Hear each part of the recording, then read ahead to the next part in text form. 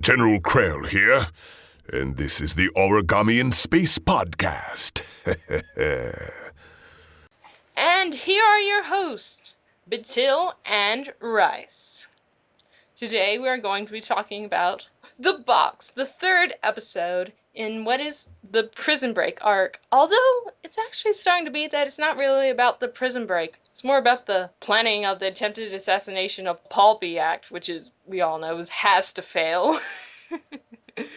So what do you think about the episode? As you say, it's not the prison break arc anymore. It's more like the bounty hunters capturing It's the Palpatine Obi-Wan and arc. Cad Bane bromance arc. Yes, that's what. As soon as I saw this episode, even from the beginning, bromance, right? That Cad Bane Obi-Wan, they got a bromance going on. That's funny. See, the whole thing about, oh, he won over Bane's heart from the last. We're gonna get well, so his much brain or something. bashing. Cad Bane doesn't have a heart. But I did like the episode. It was a good episode. I think it's the best one so far from the arc. I definitely agree with that. It's actually pretty good. Because compared to this one, each of them, since it's a multi-piece arc, each of them, they sort of do seem longer, but that's because it's intended to be a longer presentation. Now, compared to the last one, The last one does kind of seem like failure. It's mostly just, hello, let's talk. Hello, let's talk. Let's talk and have fun. Okay, this was like, okay, let's jump around and be crazy and just have fun. Yeah. In a box. Now, didn't the box remind you of Aperture Science Laboratories? It did, with the panels and all the moving apparatuses around everywhere, and the Morello trying to kill everyone. When they're standing up in the elevator thing, going up into the box, I halfway expected to hear GLaDOS say something. GLaDOS?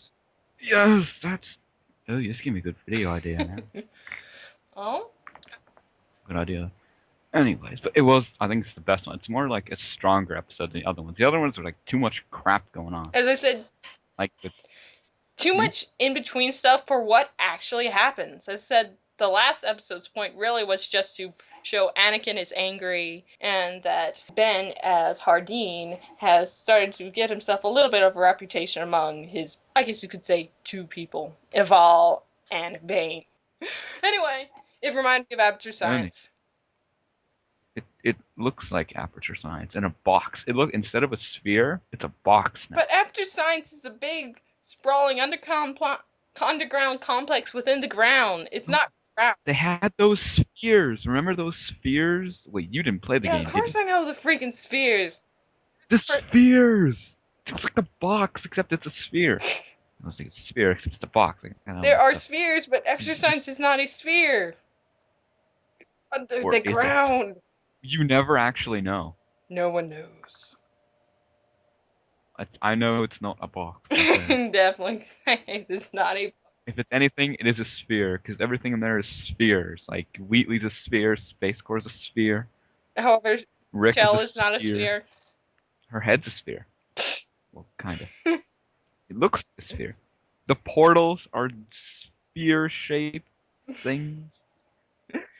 Spheres! Anyway. Everywhere. Talking about inventions and science, I thought it seemed like a stretch that Morello would have invented the box. Because I thought he was a conspirator, not just someone who was an inventor of things. That sort of seemed to break the logic for me. So wait, if he made this box just for this one mission, I was under the impression of this. So then he would have had to have made the box, how many years before the mission?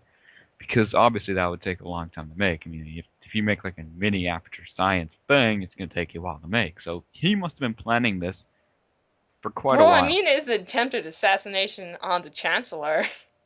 Yeah. But still, just a way to choose them, it just sort of seems crude compared to something such as we have in Darth Vader and The Empire Strikes Back, just saying, oh, there's a bunch of money. If you can do it, then congratulations. But this is a conspiracy, so they have to use a super ultra fancy way to find people. And we know they're going to fail, which means that the box is not necessarily highly effective. No, it wasn't but you know what? If Obi-Wan hadn't been there, all those bounty hunters would have been screwed. You know that. Bane, okay, look at the characters. I'm going to go through, you have that weak weight chick. I thought it was Kita. Guy. Kita, right? That's a chick. Oh, I didn't know that. Oh, I don't Or- know. I Okay, so thought it was anyway, a the dude. weak way, obviously useless, because she's one of the first to get killed off. And you have that mushroomy The dude. He roan. might have been used. Yeah, he might have been useful. He could float, which is He could float. Then why didn't he just float in the beginning? I know. He was just lazy. He's like, I don't want to use my powers. I'll just sit and look weird. And then you have Six Tat. He's also useless, apparently, because he's kind of stupid. Every man for himself, and obviously would be more effective as a group, but okay. And then you have Embo. He might have been able to survive it. Maybe. Possibly. You have Bane, he's... Yeah, no comment with Bane. And then you have the Jacko Lee, the guy, the Jacko Lee. That's his name? Jacko Lee? Yeah, the Rhodian. Jack Holing. Oh, Or something like Jacko Lee. He's also useless. Sorry, all Rhodian fans. But he couldn't have done anything either. The only one I think who would have had a chance would have been that mushroom head dude. The Goomba. The Goomba, whatever the frick he is. Yes, he's a Goomba. The Goomba, yeah. Okay, he's a Goomba. He was the only one, I think, who would have actually been able to withstand it. But another thing, that room with the ray shields, only that one dude, the Goomba, only he could have, like, stopped the ray shields, right? What if he hadn't shown up? Well, the test would have obviously changed depending on who had actually shown up. But how can it No, change it's when it's already... a choice, because remember, there was a sudden change where they added a fourth task, which means that they are flexible. No, but he's got the one the There could formula have been thing alternative tests that were not used, which is implied by the existence of the random fourth test. Yeah, it sounds like a lot of duty, if you ask me. But, I don't know. Still, you have to admit, it does seem a little odd if you look at it. Like, if the mushroom guy, Goomba, he hadn't showed up, again, maybe they would have had alternatives. I don't know. I don't know what they would have done. Well, of all, he fights like a monkey. He's like a monkey. And he has a very weird gait. He sort of waddles. He fights like Sobek. What is it with Findians and picking people up and throwing them? Like, it's like a fetish of theirs. Or it's just animator Like cliches. Sobek? Maybe, I don't Maybe know. it's because they're sturdy and they can't really seem to run fast, so they're strong, so they just throw people. Why don't they just bang him on the floor or something like that? I don't know. They did that. He tried to do it. He kind of failed. Kind of screwed up. Whatever. Who do you like more, Sobek or Evol? Sobek or Revol? Revol, his name's Evol. Who do you like, Sobek or I think I like Sobek Marala? better. Yes. He is so much more awesome. And he's more effective, and he doesn't seem to be such a bizarro both conspirator and inventor. He seems more like he's on track. And I wouldn't be surprised if Evol also dies at the end of this arc. He will. You know Yeah. he's gonna die. He's gonna be gone. Toast. If he'll probably be like the only one to actually die.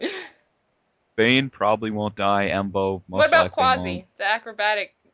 Probably the only one who's actually gonna die is that Marala Evol guy. Obi-Wan or Bane. Oh probably yeah, gonna because kill him. Dooku definitely showing that he doesn't like Moralo anymore. He's fed up with him. He's like, okay, I don't mind if I get rid of you at the end. Oh, well. Dooku is ready to get rid of Evol because he's just, as he said, he's disappointed. You know, they actually had a choir playing during that fight with Obi-Wan and Oh yeah, I Evol. thought that was pretty neat. I really wonder what language they were singing in and what the words meant. I mean, I know that in Duel of the Fates, I believe they're singing Sanskrit. They could have been singing Sanskrit or some other language. Because that is a great disappointment that I don't think we're ever going to see any of the Clone Wars soundtracks released. That sucks, man. They need to release some soundtracks from the show. That would be awesome. I know. Because that was some decent music. But anyway, on to the box. The Allspark, you mean? Anyway, it's pretty obvious that It's like the when Dooku first meets Hardeen that he knows that it's Obi-Wan. Of course, he's the second in command Sith in the entire galaxy. Of course he's going to know when one of the highest Jedi is standing right in front of his face. Well, that's not the only reason, because Dooku was Qui-Gon's master, and Qui-Gon was Obi-Wan's master. It's like some kind of chain reaction thing Dooku probably senses. Probably could tell, like, these almost seem like Jedi kind of tricks. I mean, everyone in there almost showed sort of supernatural jumping abilities, except for a few things like the Thorian. And the Cellcath. He was kind of He's useless. just like, waddle. He was awesome, though. I liked him at first. Like, he almost was like, oh my god, another Cellcath, and he died. I know, because I felt sorry for the Thorian brother that got shot by Bane, because now Bane is shooting before the drop of a hat. Isn't that crazy? Before the hat! He even makes the hat drop himself. Well, he did play it smart. I mean, if a guy pulls a gun on you, what are you going to do? Stand there and wait for him to shoot you? No, you pull out your gun and kick his ass. Bane shot first. Yeah. Or That's did why he? Han was. Or did he? Maybe Filoni's going to, switch that up, like some The special Thorian edition. shoots first. Oh my god, that'd be weird. But not unbelievable. Honestly. I know, Antenna Hat shoots first. Who shoots Antenna first? Hat. Oh, his hat. That antenna hat. It sucks. I mean, I didn't like the antennas of the antenna hat, but I liked the shape of the antenna hat better than the other Thorian Brothers hat. That hat just sort of had a quiet, sober, I don't know, unconscious feel to it. It sort of had it looked boring. I didn't like the other hat. Is that his very hat? Well, yeah, from what I know. Oh. It looks exactly like his Oh old yeah, hat. mention old hat. I forgot to mention in the last episode, I swore I saw an almost exact replica of Indiana Jones' hat in the Rodian It was file. the Indiana I Jones. know. It was Indiana Jones. Why? That was just for trolls. Bane would have looked a lot better if he took Indiana Jones' hat. I don't. He could look like a badass.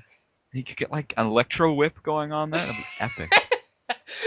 I can just get pictures. Still, he is blue, and he is missing some facial features. For example, stubble. Still, yeah, he doesn't really have any lips. Well, He's got bad hygiene. and bad teeth. And a toothache. Anyway, Has long Bane fingers.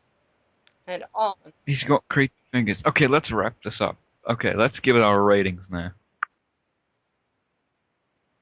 Rating. Well, this one's definitely better than the last one. That's definitely true.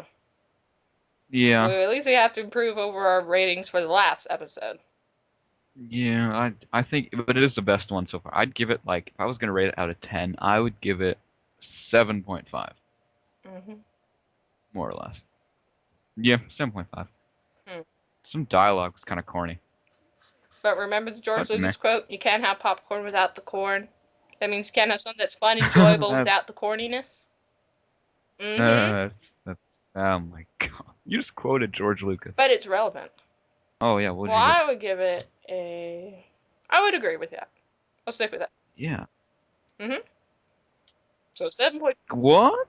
I said, what do you think is going to happen next now? Well, obviously, they're going to try the assassination attempt on Palpatine, but that's going to fail miserably. Fail. It's Palpatine. Palpatine. Palpatine. Oh, Palpatine. Palpatine sounds like a hair shampoo. Yeah. The Sith Lord on the Chancellor. Anyway, they're going to the assassination, but as we all know, it's going to fail because he knows what is happening already. Of course, Dooku isn't going to do anything without the Sith Lord's permission. Exactly. So maybe they're going to attempt it, but then Anakin intervenes and gets really angry. Obviously. He attacks a chair. The chair? Remember? Yeah, in one of the previews, you see him attacking a chair. What? The chair is inhabited by the Dark Lord of the Sith. Is it one of those Mechno chairs? I don't know. It's a chair people sit on. It's attacking a chair. Attacking a chair. What new What kind of levels chair it is? has Anakin sunk into attacking chairs? He's started. Oh my god. Oh, no. Well, there must be a reason for this. Why he's attacking a chair? Yeah, well, he's Anakin. So obviously, Anakin is. There's quite a good chance that he's going to almost kill Ben, But then he's right stopped by it. And of course the Chancellor's like, oh, I love you, Anakin. See, the Jedi are against you. So as I said before, all it is just a ploy by the Chancellor to manipulate Anakin. To seduce Anakin to the door. Into the bed. That's kind of dirty. It just does. I don't think seduce is the right word. Maybe lure? I don't know. Seduce? But seduce is a very strong word, though. Sounds like he's luring him into like a porno or something. It doesn't sound right. Knowing Anakin, you never know. I think that'll be wrapping it up for this episode of Origami in Space. Space. Yep. Origami. Yep. In space. Yep.